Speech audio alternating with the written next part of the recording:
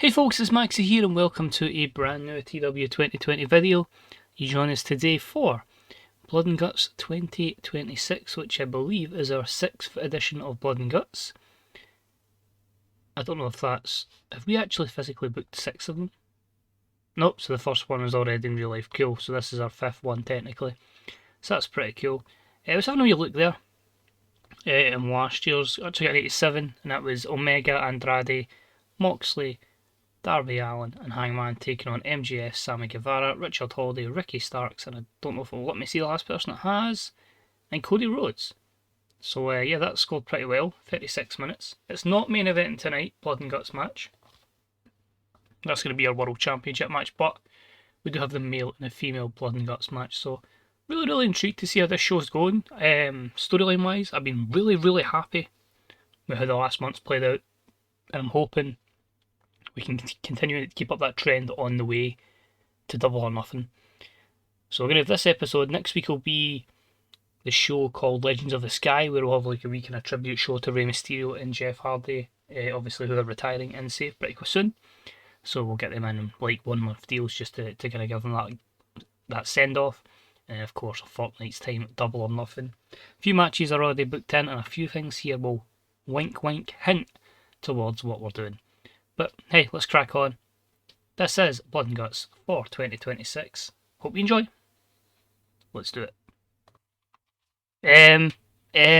We've done it straight away. Wow, in the opener, I've finally done it. But anyway, so Blood and Guts is going to take place at the Los Angeles Memorial Coliseum in front of 88,000. You can see it here for the first time ever in TEW2020 since the start of the game. I have finally gotten a 100 rated match, and it's my goddamn opener. I thought, I don't have anything for Kenny. I don't have anything for Takeshita. Let's just have them have a banger in the opener, and they've delivered with a 100 rated match. Both of them having great chemistry together. A 96 for Takeshita, a 98 for Omega, and I'm actually speechless. I've never had a 100 rated match because I've predominantly mostly done this mod. But yeah. Get ready for more Takeshita and Omega going forward then. So that's going to be good. That's going to tick it off the list. But that's only your opening contest. I felt like Kenny didn't really need to be in Blood and Guts because of obviously what was taking part in that, and we'll explain when we get there. And I felt like Takeshita, let's make it for the IWGP, so it's not going to be for the TNT Championships. A chance for him to win that belt. And that was kind of one of the reasons I wanted to give it on Kenny, just so he could have bangers with MD for that belt. But yeah, sensational wrestling, fantastic heat. All the stars from Dave Meltzer as Kenny defeats Takeshita in 27:52 with a one-winged angel, his 5th defence of the IWGP US Championship. It all goes downhill, surely, from here, but so happy to finally get that. We go into the Women's War Games match. Now, this one has a little bit of a story behind it. If you've been watching quite recently, you know we've had a massive feud for the TBS Championship between Kairi Hojo and Bayley Rose down the line, so those two are up against each other. Obviously Mercedes and Mayu have had a lot of issues, and they decided to recruit the likes of Kana and Yuka Sakazaki, who are wanting to make the move from the Carnage brand. On the heel side of things, Demi obviously won the Face of the Revolution ladder match, so she's going to challenge for that championship belt of Mayu Iwatani at Double or Nothing. She also has had a few wins over Mercedes to prove her worth recently, but that was more so because Mercedes had a promise that she'd put Demi over, so Demi's back over at like high 80s. So I felt a combination of these was going to get a good match. An 84 I'm happy with. You can see performance wise, when Io Shirai is your weakest worker, you know you have a stacked women's division at the top. So we're about here that had superb wrestling and great heat, with Io Shirai, Mercedes Varnado, Demi Bennett and Bayley Rose defeating the team of Kairi Hojo, Mayu Iwatani, Kana and Yuka Sakazaki in a 4-on-4 War Games matchup, as it was Demi Bennett who has pinned Yuka Sakazaki with the Riptide. So 84 is fantastic. It continues the momentum we've been giving Demi Bennett. I cannot wait for Mayu Iwatani and Demi Bennett at Double or Nothing. That is going to be incredible.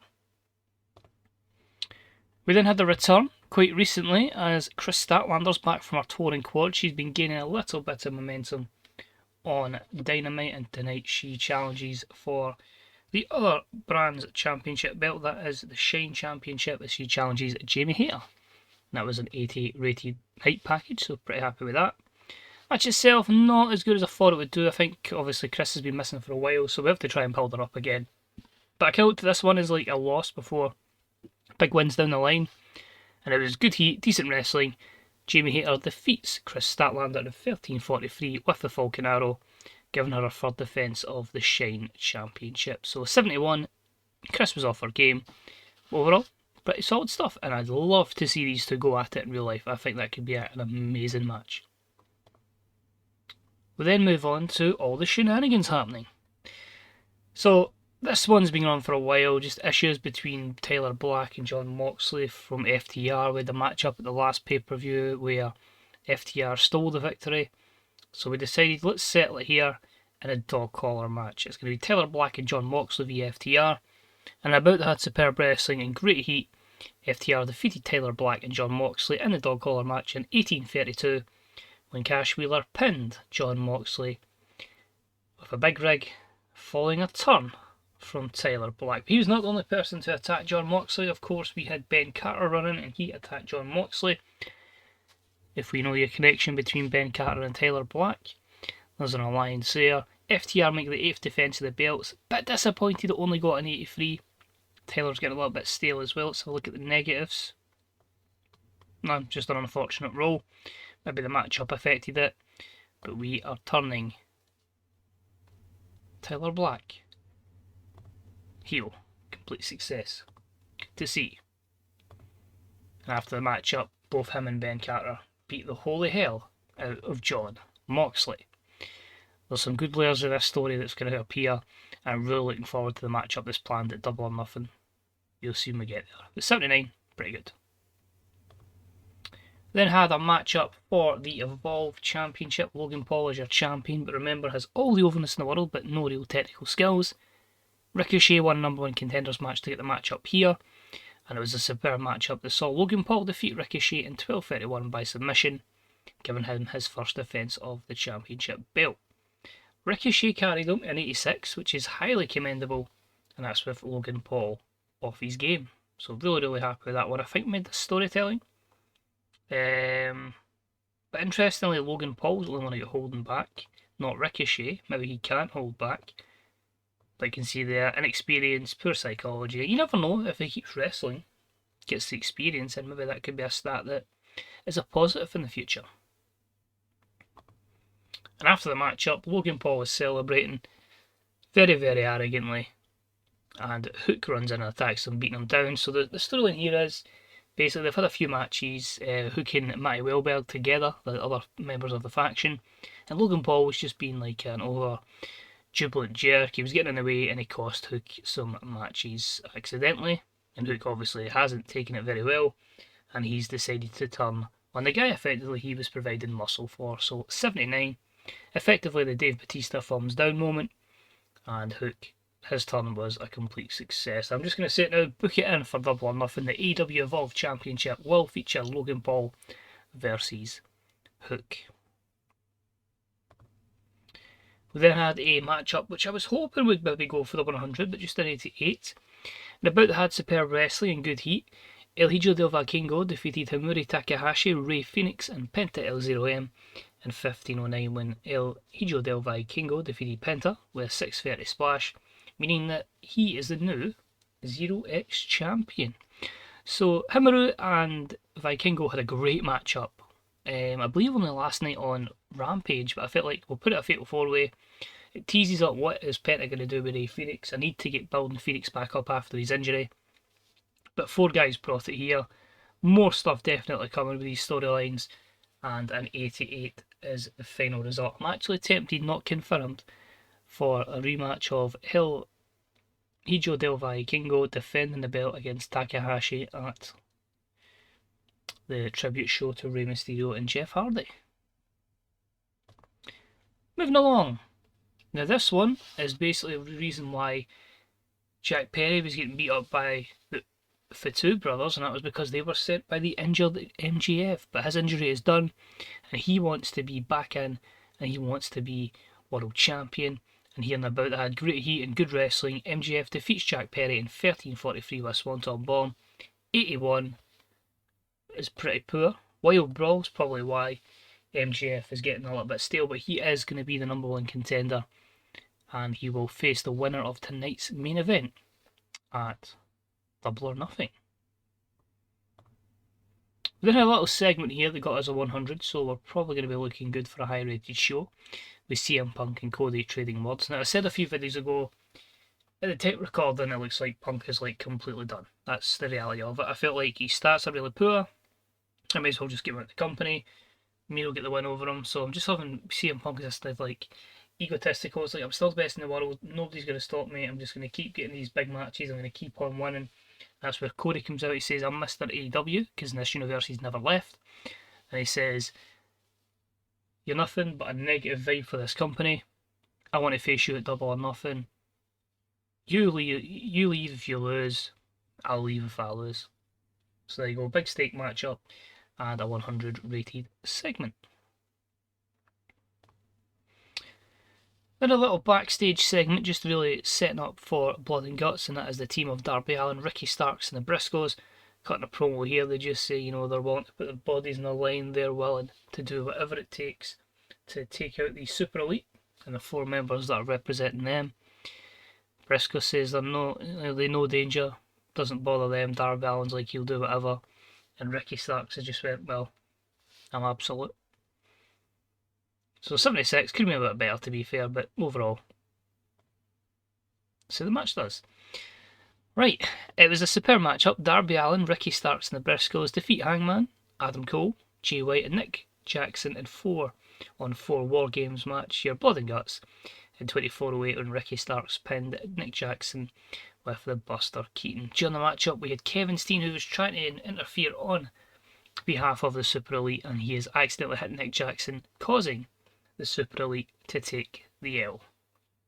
Fantastic performances, it must be said, from Darby Allin and Jay White, and to an extent Hangman as well. And the 82 there. And I'm not going to turn you just yet, Kevin. There's a long way to go with your programme. And after it, Jay White noticed what Kevin Steen done. They have a little bit of heated confrontation.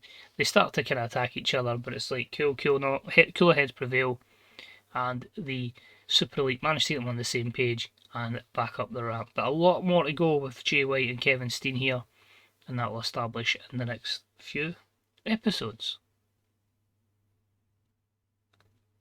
Which I think is the main event time next already. This show has been class. I've really enjoyed it. And it is, and we nearly get a second 100 rated match. We should definitely get a 100 rated show, surely to God. But it was an exceptional matchup here as Walter defeated the winner of the men's Face of Revolution ladder match, Will Ospreay, in 20:35 with a lariat, giving him his fourth defence of the AEW World title. 95 for Walter, 93 for Ospreay, 98 overall. I just felt like Walter was running through everybody as a heel. He defeated with Jack Perry. He's now babyface. A new reign with the championship belt. Let's do it again. But absolutely stellar stuff there. Ospreay just got a chance to move from Carnage to the Dynamite brand. He said that he was going for that World Championship. And if they're going to put on matches like that, they can keep doing it. And we finished the show with MJF beating down Walter. You can't expect it. The guy's going to be knackered from a great matchup with Will Ospreay, and that is setting up your Double or Nothing main event in 2 weeks' time on the channel. Who is going to walk out, MJF or Walter, as world champion? So quite a lot there hitting to that.